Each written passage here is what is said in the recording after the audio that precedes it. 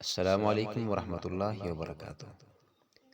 خلیفہ سلیمان بن عبد الملک کا بھائی خلیفہ حشام بن عبد الملک بن مروان بیت اللہ شریف کے حج کو آیا۔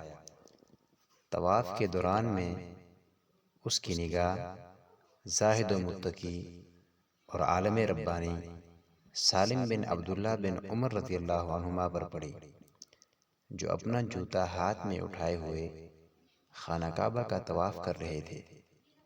ان کے اوپر ایک کپڑا اور ایک عمامہ تھا جس کی قیمت 13 درہم سے زیادہ نہیں تھی۔ خلیفہ حشام نے کہا، کوئی حاجت ہو تو فرمائیے۔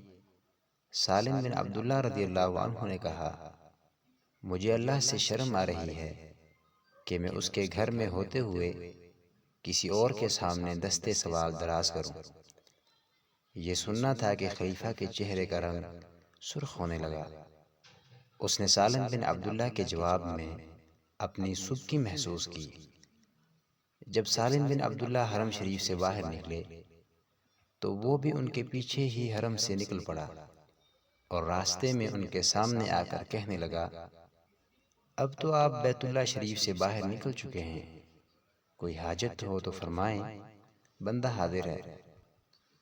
سالم بن عبداللہ گویا ہوئے، آپ کی مراد دنیاوی حاجت سے ہے یا اخروی حاجت سے؟ خلیفہ حشام، اخروی حاجت کو پورا کرنا تو میرے بس میں نہیں، البتہ دنیاوی ضرورت پوری کر سکتا ہوں، فرمائیں۔